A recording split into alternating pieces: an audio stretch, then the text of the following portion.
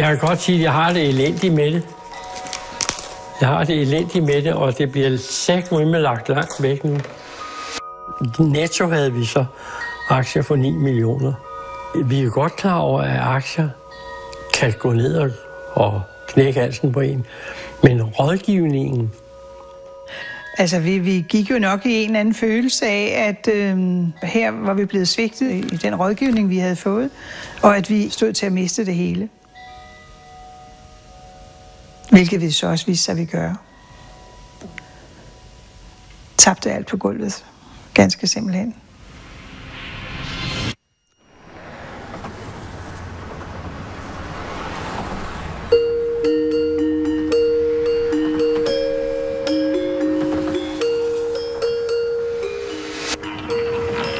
For mange i verden omkring os er Danmark et forbillede. Jo, stemningen var jo næsten euforisk. Den stærke danske økonomi vækker opsigt. Det går så godt, at den største risiko i det nye år faktisk er, at det kommer til at gå for godt.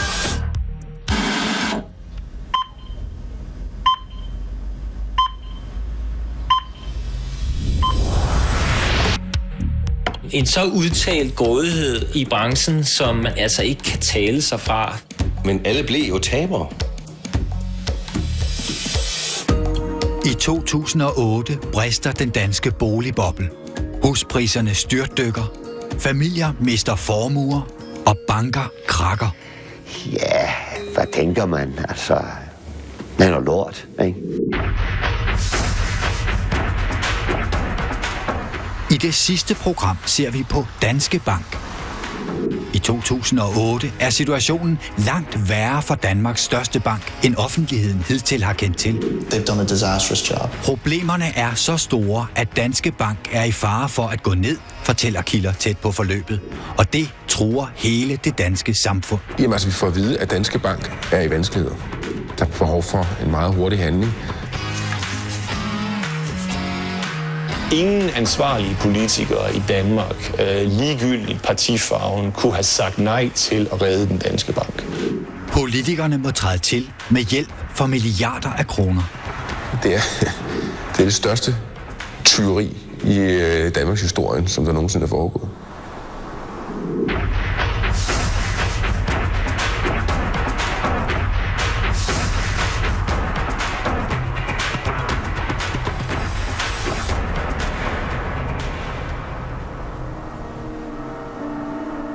Men vi begynder hos aktionærerne i en anden bank, som krakkede.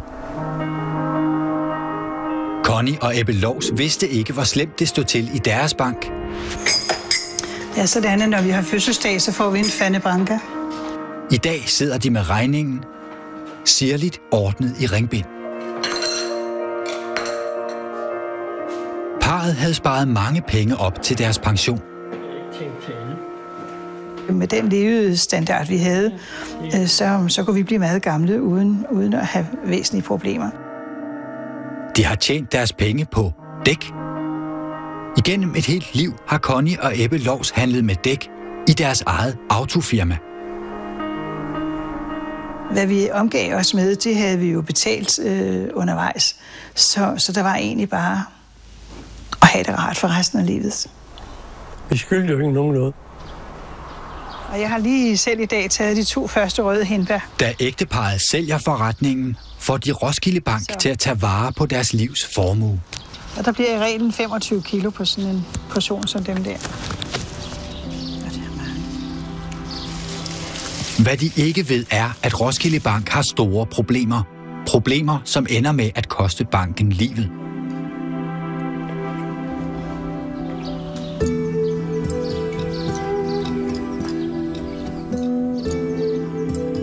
Connie og Ebbe Lovs sætter deres formue i aktier. Og så lever de ellers af formuen ved at sælge aktierne. Og så har jeg overvejet, hvorvidt man kan dyrke vin og lave vin selv, fordi der er simpelthen så mange vindruer i år, som jeg ikke har set tidligere. Ja, vi hævede de penge, vi skulle bruge, og vi frosede ikke med dem, men vi havde det, så vi havde det rart med det. Så en gang om året, så besluttede I så, hvor mange aktier I skulle sælge? Ja.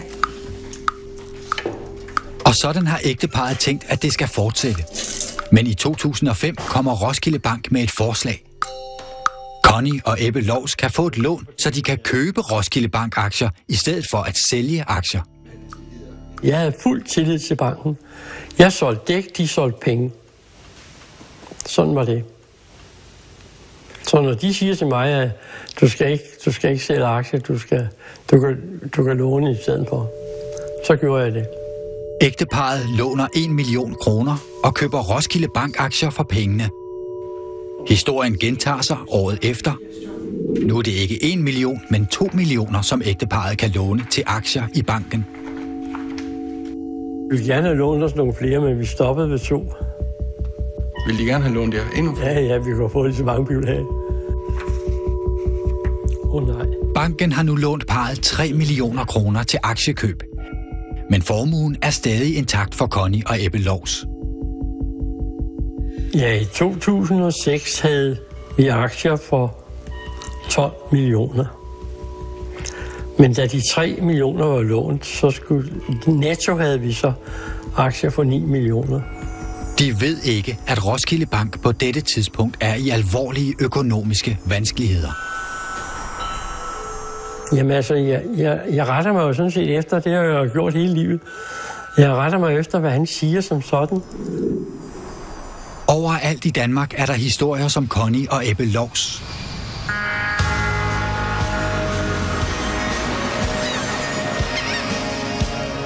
Vi er i Nordjylland, i nærheden af Fjerritslev, som vi besøgte i vores første program. Her har man sin egen bank, Egnsbank Hanherred, kaldet EBH Bank. Det er en bank, der låner milliarder ud til boligspekulanter overalt i landet, uden at sikre sig, at der er sikkerhed for pengene. Willy Thomsen her var selv ansat i banken som rådgiver og tillidsmand, og han er i 2007 bekymret over, at der kommer nye kunder fra blandt andet København. Lige pludselig så opdager vi jo, at der holder jo både Jaguar og store Mercedes'er midt på parkeringspladsen. Der er jo en grund til, at de kommer herop, og det må jo være, fordi at deres lånemuligheder den er udtømt, der hvor de kommer fra. Fordi hvad skal de ellers i sådan en lille by som Fjerritslev? Altså... EBH-aktien stiger med flere 100% i løbet af få år, og i Fjerritslev får borgerne selv del i fortjenesten. Jamen altså, der var jo... Alt gik jo godt dengang. Der var jo næsten ikke en familie, tror jeg ikke, der ikke havde penge i den bank. Det så jo godt nok lidt mærkeligt ud, at kursen den steg så voldsomt, som den gjorde. Folk, de tror ikke på det, jo går så galt vel. De købte aktier, de blev ved at køre. Man kommer fra København og herop, der er 100 banker imellem. Hvorfor skal man absolut ud til den aller yderste, som kun havde et formål, det var at ekspandere. Man tænker nok egentlig bare, at man har stolt på, at det gik godt den. Jeg er blevet bæltet ind, jeg skulle bare købe aktier, det der, jeg skulle blive ved.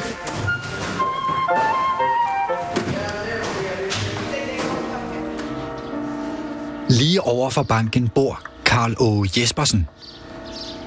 Han bliver også aktionær.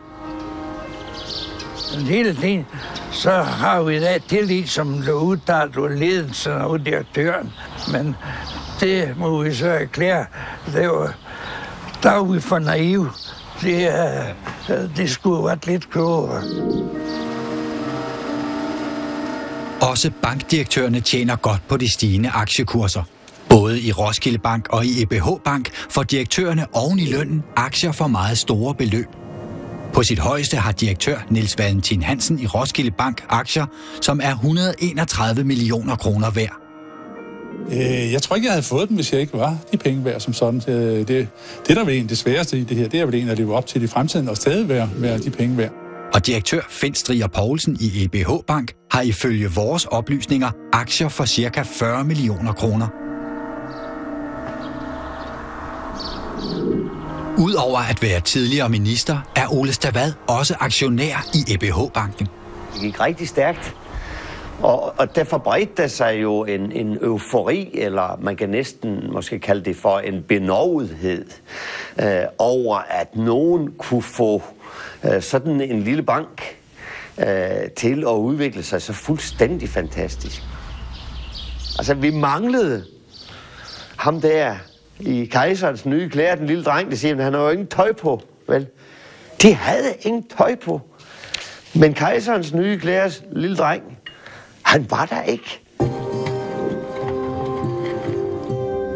God aften. Det går bedre i Danmark end nogensinde. Fra by til by vokser optimismen og gælden. Sagen er jo den, at dansk økonomi er i ganske god form. I det nye årtusinde presser bankerne på for at få danskerne til at låne. De råder os til at købe. De synes bare, det skulle vi bare gøre. Hvis du ønsker at tage et risikabelt lån, så er det dit eget ansvar. Men det er et udmærket produkt set fra min stol.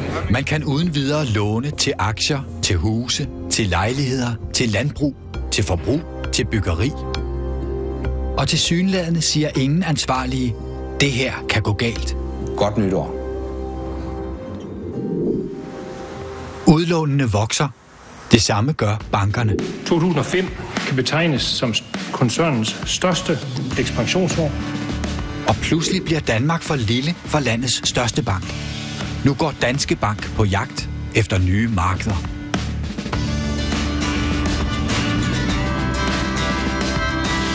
For mere end 1000 år siden angreb danske vikinger Irland. Og i 2006 er en dansker på togt igen.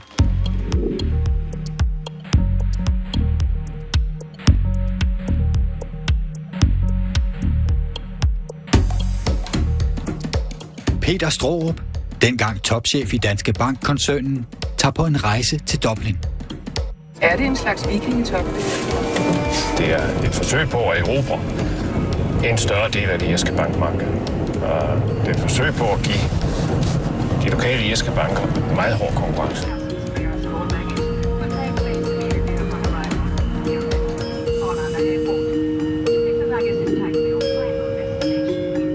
I 2006 er Irland som forvandlet. Der er vækst i en grad, som imponerer hele den finansielle verden. Det ved denne mand alt om. Han er professor på universitetet i Dublin. This was a time of, catching up with the rest of Europe, and we not only caught them up, we overtook them. We came from being the second poorest country in the EU to the second richest country in the EU. Og Danske Bank vil have del i væksten.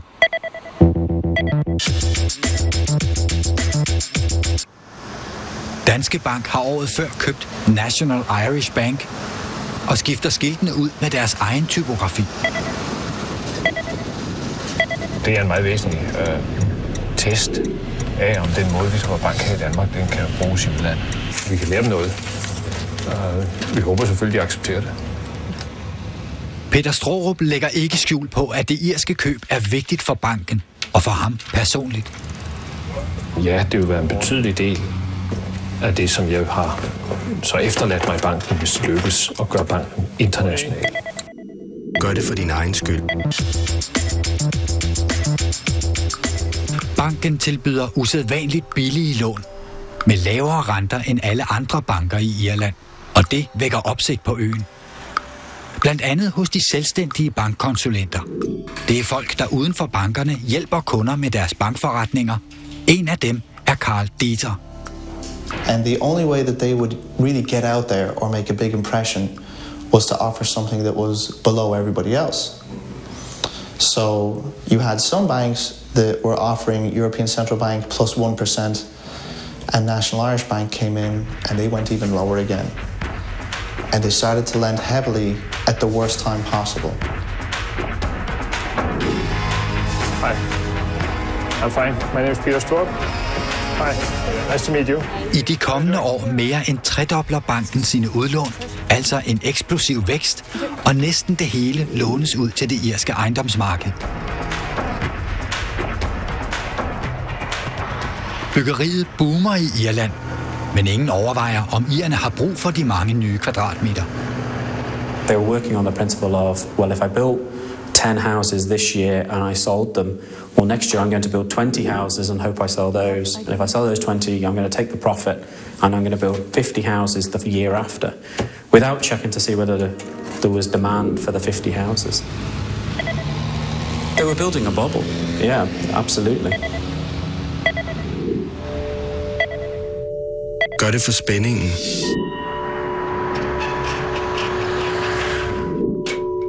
Peter Straarup står lige midt i boblen, da han i 2006 besøger sin nye irske filial. Jeg skal ikke sidde her og blære mig, men jeg er ikke i tvivl om, at banken kommer til at vokse. Det er jeg ikke. Bye bye.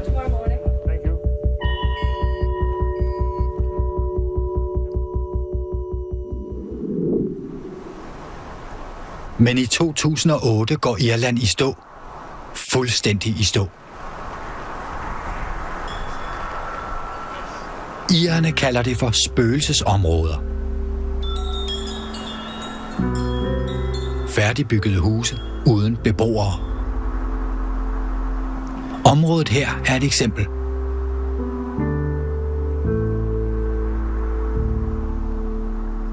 National Irish Bank has said it's had to write off 2% of its loans because the borrowings may never be repaid. It's the highest level of potential bad debts to which any bank in Ireland has so far admitted. Patrick Travis flyttede ind i 2007, lige før alt gik i stå. I dag er hans naboer tomme huse. These whole block of houses, and you can see the windows have been smashed upstairs in this house. They're all unsold. When the winter came last year, the pipes burst inside them and water was pouring down the walls, etc.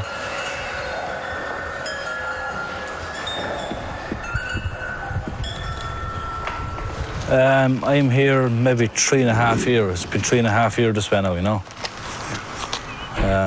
But before, I think the house, estate was built maybe 5 years ago, 6 years ago, so they're all that long empty.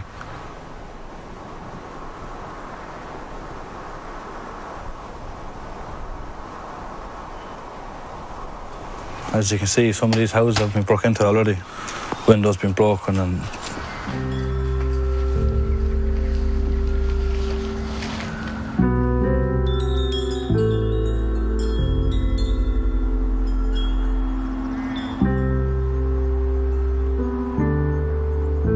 Drive anywhere in the country because these are in every single local authority. They're spread everywhere. Every town or village has one of these unfinished estates.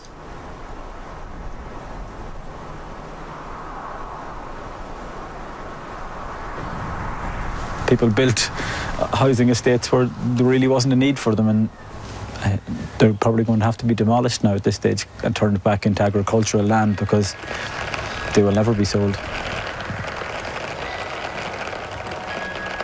Krisen rammer Danske Bank i Irland særdeles hårdt, vurderer Carl Dieter. For a bank of their size, they've lost far more money than other banks. For the size of their market share, they have performed far worse than many other banks. They've done a disastrous job.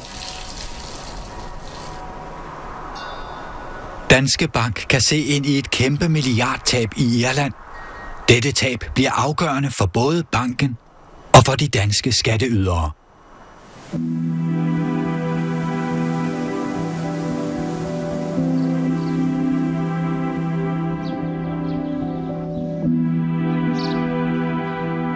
Hos Connie og Ebbe Lovs er der også krise. Jeg gik i næsten 2 år og har gået ved siden af mig selv. Og hver gang vi så på hinanden, så stod der RB i øjnene på os. Roskilde Bank krakker i august 2008. Så gik den ikke længere. Økonomien i Roskilde Bank er så elendig, at Nationalbanken i dag tog det drastiske og historiske skridt at overtage banken. Vi havde det ikke godt. Altså, vi gik jo nok i en eller anden følelse af, at vi var blevet. Her var vi blevet svigtet i den rådgivning, vi havde fået, og at vi i princippet stod til at miste det hele. Hvilket vi så også viste sig, at vi gør. Tabte alt på gulvet. På et tidspunkt var Connie og Ebbe Lovs aktier 9 millioner kroner værd. Ja, den der del af livet kan jeg godt glemme. Nu har de mistet alle pengene, og samtidig har de fået en gæld, fordi de har lånt til køb af aktier. Og det hele, det var sådan lidt håbløst alt sammen. Gik lidt rundt som en zombie i virkeligheden, ikke? Altså tingene omkring os var voldsomme, uvirkelige. Men vi havde da gudskelov hinanden. Det var trøsten. Nu ved de ikke, om de overhovedet kan blive boende i deres hus. Ja, det kan jeg slet ikke holde ud at tænke på. Altså, alt det, man må sige farvel til, så man har selv skabt, selv bygget, selv lagt an, selv plantet. Det var ikke sådan, vi havde beregnet vores alder, som skulle ende på den måde her. Connie og Ebbe Lovs historie er langt fra enestående. Der er et lille kilo i dag. Overalt i Danmark har almindelige familier tabt formuer. På aktier, på risikable lån, på oppustede ejendomsværdier og på spekulative forretninger. Det er ikke kun den almindelige dansker, der taber formuer. I 2008 ser Danske Bank direkte ind i et kæmpe tab i Irland. For at forstå, hvorfor Irland bliver så alvorlig for Danske Bank, så skal vi møde Johannes Råballe, en af Danmarks førende bankeksperter. Det er blot tuen, der får læst til at vælte, fordi vi skal 10 år tilbage. Vi skal kigge på perioden 1998 til 2008. 1998. Danske Bank skifter topchef. Peter Straarup kommer til, og den nye chef ændrer de næste 10 år Danmarks største bank markant. I den periode, der voksede Danske Bank med en faktor 6. Så det er helt usædvanligt, og det er meget risikabel vækst. Hovedparten af væksten, den bestod i, at man gik til udlandet. Banken vokser altså kraftigt, og væksten sker først og fremmest på den usikre udebane. Blandt andet i Norge, i Nordirland, i Irland og i Finland.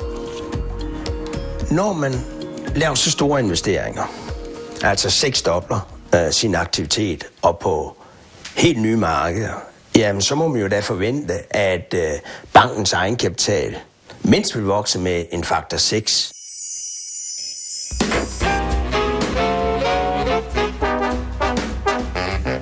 Egenkapitalen udregnes ved at tage alle værdier i en bank, og så trække gæld og forventede større udgifter fra.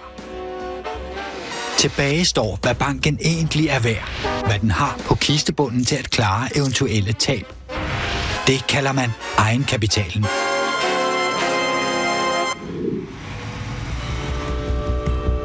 Aktiviteterne i Danske Bank bliver altså 6-doblet på 10 år. Men egenkapitalen følger ikke med. Danske Banks egenkapital voksede kun med en faktor 3. Havde man fulgt den gamle politik i Danske Bank, altså fra før 1998, så ville man i efteråret 2008 haft en egenkapital, der var mindst 100 milliarder kroner større. Jamen med sådan en egenkapital, jo så har det været ærgerligt med Irland, men det er ikke udgjort et problem. Jeg synes, det er en strategisk brøler, man laver der.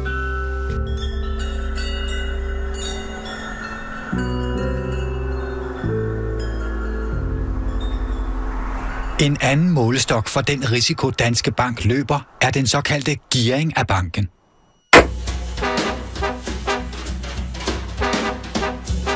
Gearing viser, hvor meget banken investerer for lånte penge.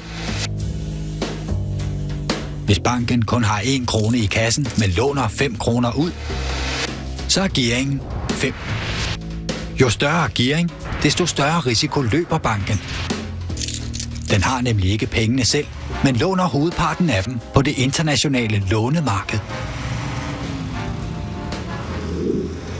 I 2008 er Danske Banks gearing oppe på 36. Og en gearing på 36 er højt. Investeringsbanken Lehman Brothers i USA havde en gearing på 31, altså lavere end Danske Banks. Og lyder Lehman Brothers bekendt? USA's finansverden er i chok. Den amerikanske bank krakker i 2008 Et af verdens største krak rystede USA's og sætter hele det internationale lånemarked i stå. verdens største krak. Og det er på et tidspunkt, hvor Danske Bank henter de fleste af sine penge til den høje gearing på lige netop det lånemarked. For banken låner jo selv de penge, som den senere låner ud til sine kunder.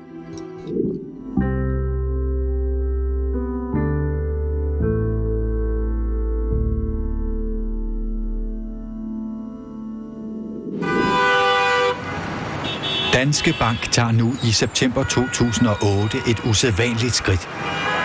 Banken låner over 30 milliarder kroner hos den amerikanske stat. Jakob Kirkegaard er finansanalytiker ved en internationalt anerkendt tænketank i Washington, hvor han følger Danske Bank tæt. Han vurderer, at situationen i Danske Bank er kritisk. Altså, så er det helt klart efter min mening et forvarsel om, at den danske bank har en likviditetsposition, som gør, at man vil komme i yderligere problemer og vil få behov for yderligere statshjælp senere hen i krisen. Som om der ikke var problemer nok, så får Peter Straarup kort efter endnu et. I Irland vedtager politikerne en redningspakke for bankerne. Men pakken indeholder en helt afgørende undtagelse. Irske banker med udenlandske ejere kan ikke få hjælp. Det betyder, at Danske Bank ikke får 1 euro i hjælp fra den irske stat. I hope everybody in Denmark doesn't hate me, but I'm very happy for that. I'm very grateful that taxpayers in some other country are footing some of this bill because we simply don't have the ability to get out from under the banking crisis that we've had. And it's a strange way of looking at the world, but if we could farm all of our losses onto other countries, we would do it in the morning. I'm delighted that National Irish Bank are not part of the rescue scheme. Det bliver en potentielt set meget, meget alvorlig situation for den danske bank. Så der har man efter min mening ikke andre muligheder end at tage telefonen og ringe til den danske regering.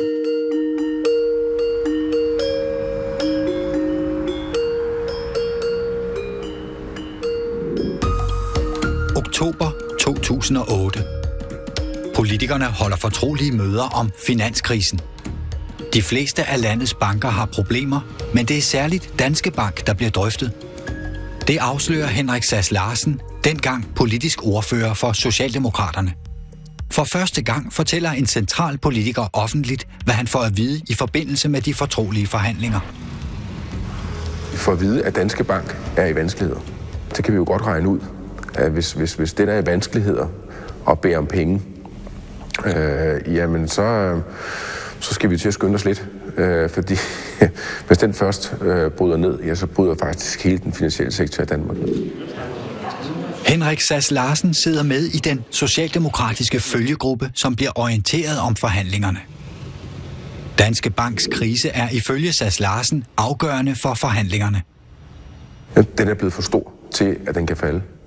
Altså, det er jo det, som vi også senere hen erfarer med alle bankerne, at der er nogle af de danske banker, der er blevet så store, at vi smadrer hele samfundsøkonomien, hvis det er, at vi lader falde, hvad ikke kan stå.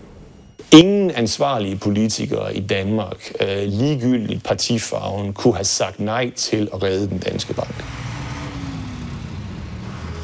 Der er behov for en meget hurtig handling, fordi ellers så risikerer vi, at dankortautomaterne de er lukket, når man på et tidspunkt møder op mandag morgen.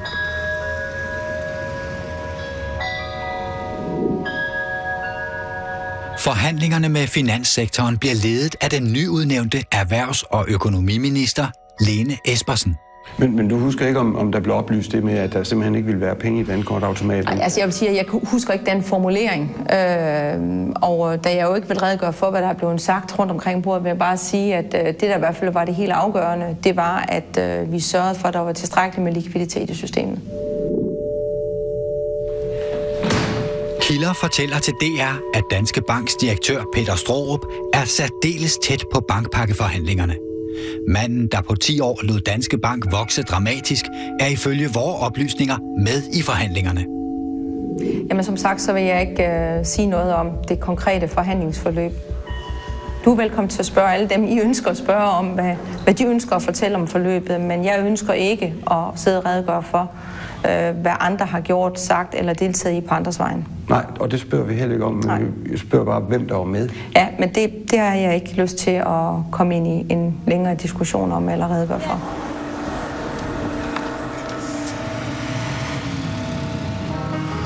I oktober 2008 bliver Bankpakke 1 præsenteret for pressen. Den danske stat går ind og garanterer for bankernes milliardlån i udlandet. Kan bankerne ikke betale, garanterer staten at gøre det. Og det er jo til sidst en altomfattende kautionsforpligtelse, som vi egentlig skriver under på. Ja, bankerne får jo simpelthen hele statskassen som garanti. Ja, fuldstændig. Det er en af de mest vidtgående garantier, der nogensinde er givet. Bankpakken redder øjensynligt Danske Bank, og dermed også Danske Banks aktionærer. Hvor skal vi hen? Ja, vi gør så der. Blandt aktionærerne er nogle af Danmarks rigeste, deriblandt AP Møller, som ejer knap hver fjerde aktie i Danmarks største bank.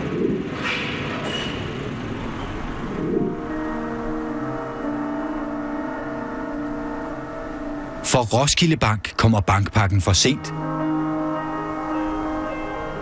Banken går ned en måned tidligere. 33.000 aktionærer mister alle deres penge. Deriblandt Connie og Ebbe Lovs. Det er vældig urimeligt, at man redder en bank, Danske Bank, og deres kunder ved at give bankkreditter, og så man ikke redder en ret så stor bank som Roskilde Bank, at deres kunder skal lide med alt, hvad det indebærer. Jeg kan godt sige, at jeg har det elendigt med det. Jeg har det elendigt med det, og det bliver sækmømme lagt langt væk nu. Over hele landet mister bankaktionærer deres penge. Fra øst til vest, fra Amager til Fjerritslev. EBH-banken. Er der nogen af jer, der har haft penge i den? Ja. Og har mistet dem, eller hvad? Ja. Hvor meget har du mistet?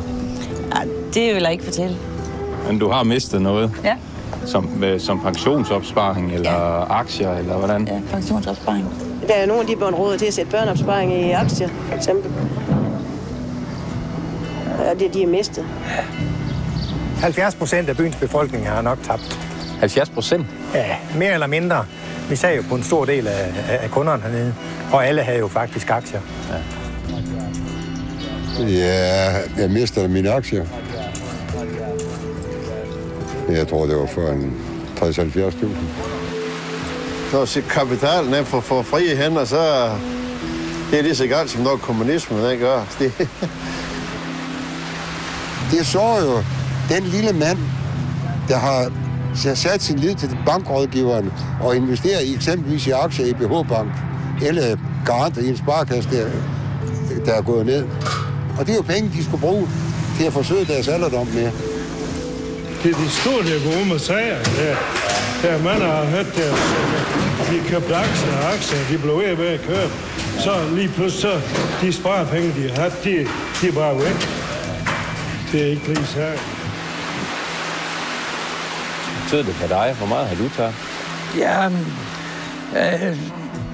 de tal nævner ikke nævnt sådan med storhed, men jeg har investeret igennem årene cirka 300.000, og de har tabt det hele.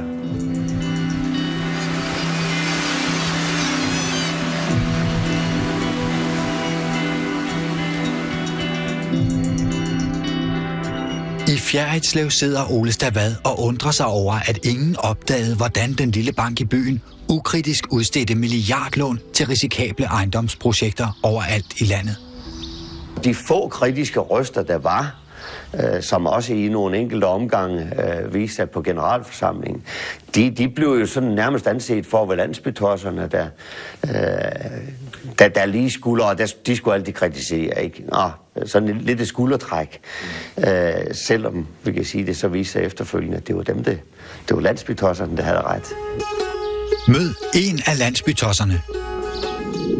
Navnet er Ulf Nielsen, og som lille aktionær deltager han i flere generalforsamlinger i hallen i Fjerritslev. Det er jo dækket op med bord her i begge sider. Jo, stemningen var jo næsten euforisk der. Men hvad gjorde du så? Jamen, jeg gik op og stillede nogle konkrete spørgsmål, som jo stort set aldrig blev besvaret. Og når jeg ikke givet svar på hverken direktion eller bestyrelse der, så er jeg ikke helt tryg ved det der. Hvordan oplevede du de svar, der blev givet til salen på det, du spurgte om? Jamen altså, det var jo sådan lidt overbærende der, at når jeg ikke var meget klogere, så måtte de da næsten have en undskyld der, at man stod og spørge sådan op der. Vi blev da nok betragtet som sådan et par landsbytosser, der kom til byen sådan en gang om året der, og det var så det. 30.764.000. Og her, der det blev holdt hernede der, man skulle spise efterfølgende, og vi blev ved at stille spørgsmål, og spisningen blev udsat, og folk var sultne, og det var rent mareridt, når det var så hyggeligt der. Jeg har aldrig set nogen, der var så dygtige der uden at gøre en helt ekstraordinær indsats, kunne blive til en hel masse der. Jo, nogen vinder i lotteri andet, men det andet, det er sgu gerne hårdt slæb bagved. Hvor meget forstand har du på økonomi? Ingen forstand. Det var kun følelser, det her. Som jeg siger, altså, der er noget, der ikke hænger sammen her. Men en ting er de lokale. Der kommer også folk udefra, som er ansat til at kontrollere bankerne på samfundets vegne. Inspektørerne fra Finanstilsynet.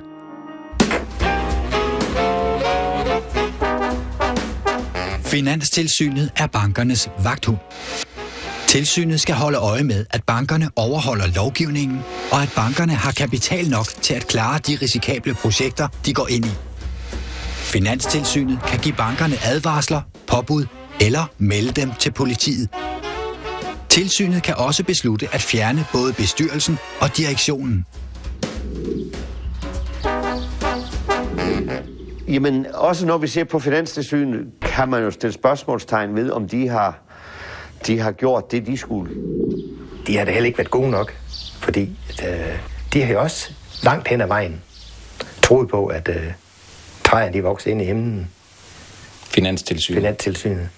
Fordi de skulle have stoppet dem længe før. Et referat fra et bestyrelsesmøde i EBH Bank 1 år før banken krakker. Af referatet fremgår, at Finanstilsynet har set mere end halvdelen af bankens lån igennem, og på den baggrund ligefrem roser bankens udlån. De er af særdeles god validitet. Det er det, de sådan konkluderer dernede, ikke? Hvad tænker du om sådan en tilbagemelding fra tilsynsmyndigheden? Jamen, hvis det her det er korrekt gengivet, så er det jo udtryk for, at så har Finanstilsynet jo kørt på den samme euforivogn som alle andre, fordi hvis man kigger en lille smule på boniteten eller soliditeten i de lån, som efterfølgende har vist sig at efterlade et hul på over 5 milliarder kroner i en lille bit bank her i Fjerritslev, så er det jo så fuldstændig... Altså, så kan man jo ikke sige, at man kan finde en mere forkert karakteristik af, hvad det var for en slags lån, der var, end den Finanstilsynet her er refereret for at have sagt, det er i orden. De har da ikke vidst, hvad de har lavet. De har da ikke været ind og kigge på, at den værdi fastsættelse, som der har været på tingene, om den var reel. De har da ikke passet deres arbejde godt nok. Finanstilsynet. Lad os tage en anden bank, Roskilde Bank. En advokatundersøgelse finder flere væsentlige fejl ved tilsynets arbejde. For at få en forklaring kontakter vi denne mand, Henrik Bjerre. God aften og velkommen til dig, Henrik Bjerre Nielsen. Mens bankerne låner voldsomt ud, er han direktør for Finanstilsynet. Ja, det synes jeg faktisk. I dag er han direktør i det statslige selskab Finansiel Stabilitet, som er det selskab, der skal rydde op i de krakkede banker.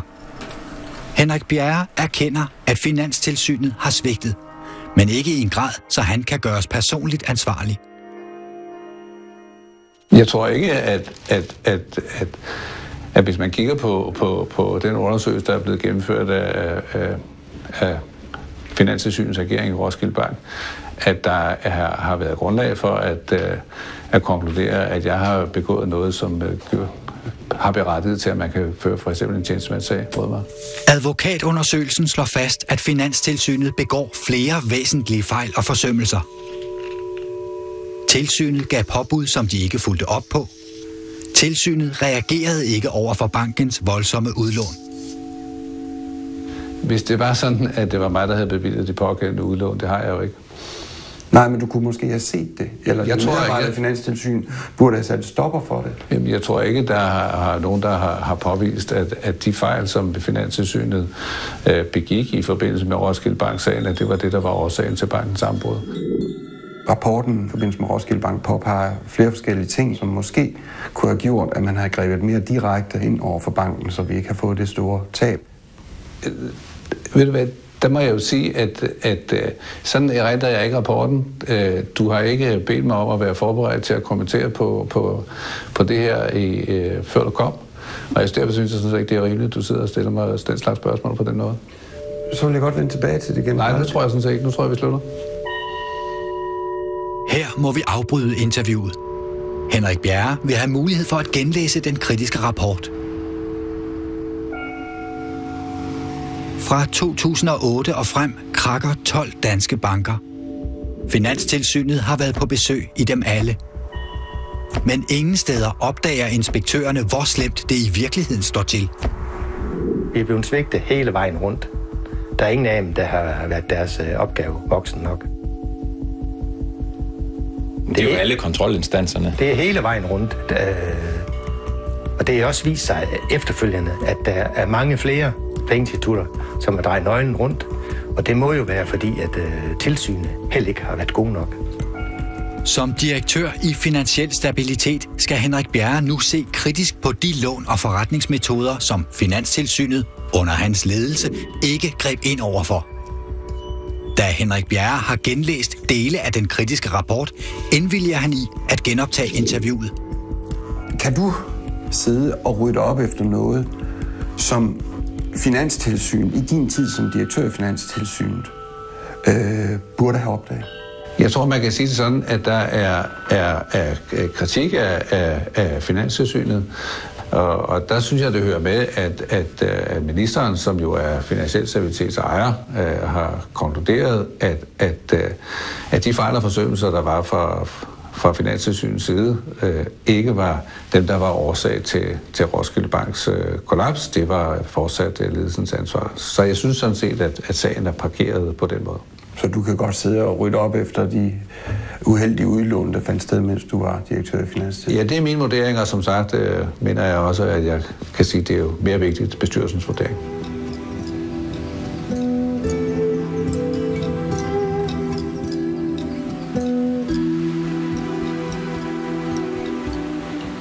Tilbage i hallen i Fjerritslev står det lokale finanstilsyn, Ulf Nielsen. Den mand, der blev betragtet som landsbytossen, som stillede alle de kritiske spørgsmål. Hvad har historien vist sig i forhold til den skepsis, du havde? Jamen, den har jeg desværre, og det kan jeg ikke engang fryde mig over, den har jeg desværre vist sig at var rigtig. Og det er jo en ulykke for egen, uden mig lige. Det er meget, hvad skal man sige, kritisk for egen, det her, med det, der er tabt.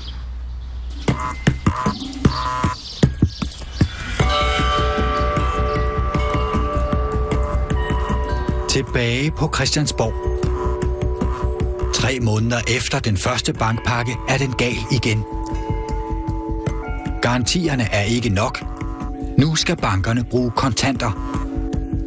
De ønsker at låne penge fra staten. Der var det ved at ende i en situation, hvor det var rigtig svært også for sunde og bæredygtige virksomheder overhovedet at få lov at låne penge af bankerne. Og bankernes opgave i samfundet, det er nu engang at låne penge ud og holde hjulene i gang. Forhandlingerne bliver igen ledet af erhvervs- og økonomiminister Lene Espersen. Henrik Sass Larsen fra Socialdemokratiet sidder med ved forhandlingsbordet. Men vi sagde, altså hvis vi skal ind her og smide risikovillig kapital på bordet, så vil vi have noget for det. Og det var vores krav i forhold til bankforhandlingerne. DR har fra andre kilder fået adgang til de dokumenter, der ligger til grund for forhandlingerne. Politikerne arbejder fra starten med en model, hvor staten tager sig godt betalt for at låne penge til bankerne. I dokumenterne bliver modellen kaldt for upside. En forklaring på upside får vi fra tidligere overvismand Christen Sørensen. Ja, en upside-model er jo, hvis nu det offentlige de indskyder noget kapital ind i en bank, som ikke er aktiekapital. Så ved, og de gør det på et tidspunkt, hvor aktiekursen er lave, og hvor bankerne er presset. Hvis det så bagefter viser sig, at banken går godt, og at aktiekurserne stiger meget, jamen så skal man vel også have en præmie for at have reddet det, have del i aktiekursstigningen. Og det er jo så det, en upside-model siger, at så skal vi have en del af den stigning. Ja, det er jo meget rimeligt, synes jeg, efter vi først har kautioneret for hele kongeriget til bankerne, og derefter skal ind og redde nogle banker, at så også, at skatteborgerne får noget ud af den ulejlighed. Fordi det kan ikke være rimeligt, at man kun tager hele risikoen, men ikke også får del i gevinsten. Af dokumenter fra de fortrolige forhandlinger fremgår det, at upside-modellen ligger i forligsteksten fra starten og gennem hele forhandlingsforløbet. 4. januar, 8. januar, 13. januar. Upside-modellen ligger i teksten. Det var jo en meget tillokkende model at kaste sig ind i, for så kan man sige, så får vi noget ud af det. Hvis vi har hjulpet dem, mens det gik skidt, så tjener vi penge på det, når det begynder at gå godt igen. Det er alle omkring bordet enige om, at det er en rimelig fremgangsmåde. Og det er det, som alle partier tager som udgangspunkt, når man sidder og diskuterer det. Forhandlingerne nærmer sig en afslutning torsdag den 15. januar 2009. Jeg tror, vi bliver færdige der om eftermiddagen aften og skilles, og så er jeg enige om, at vi kører banen med det her så hurtigt som muligt. Er der nogen besked? Ja, altså, at ministerne skal mødes med bankerne senere på aftenen. Og det er, så vidt jeg får oplyst på mødet med Schütze og så Straarup. Peter Straarup, ordførende direktør for Danske Bank, og Peter Schütze, direktør for Nordea og formand for bankernes brancheorganisation Finansrådet. Kan du sige noget om, hvem du mødtes med den aften den 15. januar for at orientere finanssektoren om forliget? Nej, det kan jeg ikke. Hvorfor ikke det? Nej, jeg vil ikke sidde og udpensle forhandlingsforløb. Dagen efter, fredag den 16. januar, går Henrik Sass Larsen igen til et fortroligt møde. Der venter en stor overraskelse. Ja, så møder man jo frem til at skulle have det endelige papir klar. Og så har man taget hele upside-modellen ud af aftalen. Jeg bliver mildest talt først fuldstændig paf og målløs, og så bliver jeg enormt vred. Fordi det er helt uhørt. Altså, det er jo helt uhørt. Det her, det betyder jo så, at de kan gå ind og låne statsligt, altså skatteborgernes penge, til en meget billig penge. Ifølge Henrik Sass Larsen bliver upside-modellen altså fjernet, efter at bankdirektørerne havde været til møde med regeringens ministre. Sådan som billedet blev tegnet for os, så er der indgået et politisk forlig. Så kommer finanssektoren og fjerner den her upside, som politikerne er blevet enige om. Kan du genkende det? Altså, jeg kan ikke genkende noget andet billede end det forlig, der blev indgået. Hvorfor tager I først upside ud til allersidst? Det ligger jo igennem forhandlingerne igennem næsten 10 dage. Og så bliver det taget ud til sidst, hvor forligspartierne går ud fra, at forligsteksten vil indeholde upside. Altså, jeg vil som sagt ikke kommentere på forhandlingsforløbet. Det er der øjensynligt andre, der vil. Det er det største tyveri i Danmarks historie, som der nogensinde er foregået.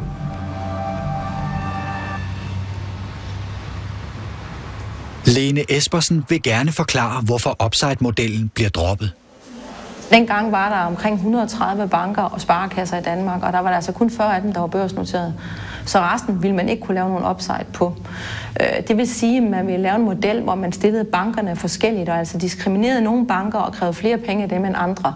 Og det er selvfølgelig helt håbløst, hvis man politisk skulle give sig ind i at lave diskrimination af de politiske tilbud, man giver banksektoren. Vi refererer Lene Espersens forklaring til Johannes Råballe fra Aarhus Universitet.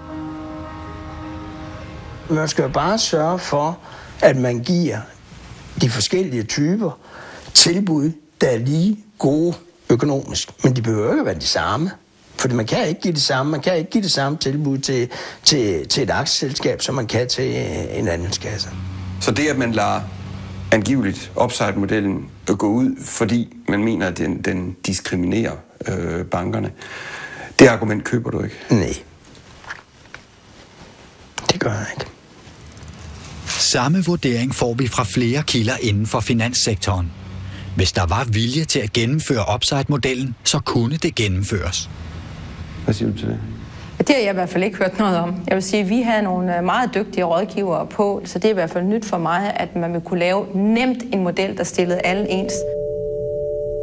Vi er nået frem til en rigtig god aftale med et bredt flertal i Folketinget. Staten vil tilbyde et kapitalindskud i form af et lån. Staten bevilger et lån på 75 milliarder kroner til bankerne. Alene Danske Bank låner 24 milliarder. I den efterfølgende periode stiger bankens aktier markant.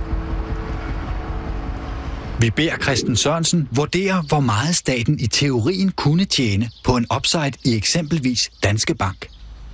Hvis nu aktiekurserne var fordoblet, under forudsætning af, at man kendte upside-modellen, og at man skulle have samme stigning som aktiekurserne, ja, så ville staten jo have fået 24 milliarder ekstra. Halvandet år efter Bankpakke 2 er Danske Bank-aktien ikke bare fordoblet, den er næsten tredoblet.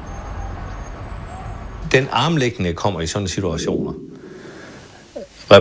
hvor det har været repræsentanter for finanssektoren end repræsentanter for regeringen. Den afgør det spørgsmål. Og sådan er det. Og det er jo klart, på det punkt, der vandt altså repræsentanterne for finanssektoren til sidst. Bankpakke 2-forliget betyder, at bankerne skal betale omkring 10% i rente for statskapitalen. Socialdemokratiets leder, Helle Thorning-Schmidt, er ikke tilfreds, da hun kommer ud efter forhandlingerne. Hvis jeg havde stået i spidsen for 90 mandater, så havde aftalen naturligvis set anderledes. Hun får spørgsmål om bankdirektørernes løn. I form af løn, regler for løn. Men ingen spørger til upside-modellen. Bankdirektørernes lønninger var jo et symbol på den hæmningsløse grådighed, der havde i dele af den finansielle verden. I forhold til den anden historie om, hvilken kæmpe formue det er, at den danske stat er gået glip af, som følge af, at man stærer den her upside-ordning, så var det en fuldstændig irrelevant historie. Tilbage står, hvorfor Socialdemokraterne stemte for Bankpakke 2, når skatteborgerne ikke fik del i aktiekursstigningerne. Jamen for Socialdemokratiet var det jo en afvejning af, hvad er ansvarligt og hvad er ikke ansvarligt. Altså vil vi kunne holde til et politisk signal, uanset om man tager det her ud, om at vi ikke i en krisetid ville være med til at understøtte bankerne.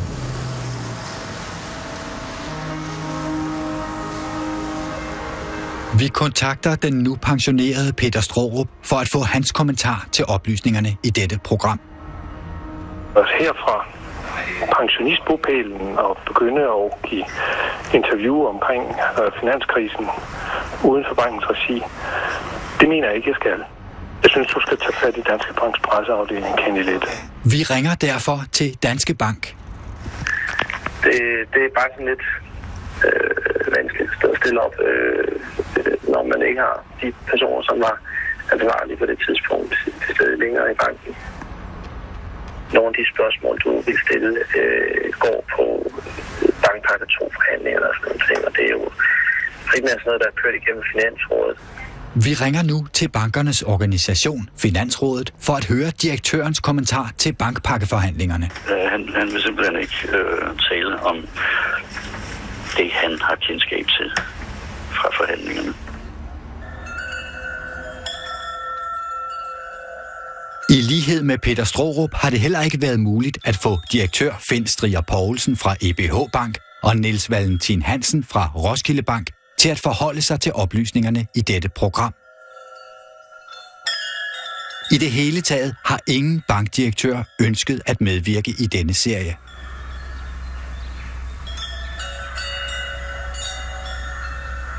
I Danmark har krisen fået meget få konsekvenser for de øverste topchefer i finanssektoren. Peter Straarup, Danske Bank. Han fortsætter som direktør til 2012, hvor han går på pension med godt 3 millioner kroner om året. Danish-owned National Irish Bank has closed its doors at all Irish retail branches this afternoon. Eivind Kolding, i Danske Banks bestyrelse fra 2001 og næstformand fra 2005. Han bliver forfremmet til ordførende direktør i 2012. Henrik Bjerre, tidligere direktør for det finanstilsyn, som skulle holde øje med bankerne frem til krisen. I dag direktør for Finansiel Stabilitet, der rydder op efter krisen. Goddag Bernstein, velkommen til. Niels Bernstein, nationalbankdirektør, griber ikke afgørende ind over for et historisk indlånsunderskud, men fortsætter som nationalbankdirektør helt frem til 2013, hvor også han går på pension.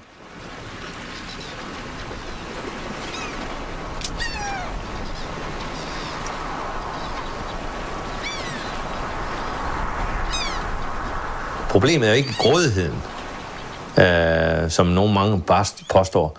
Problemet var, at man lod grådigheden få frit spillerum. Det var det, der var problemet, ikke grådigheden.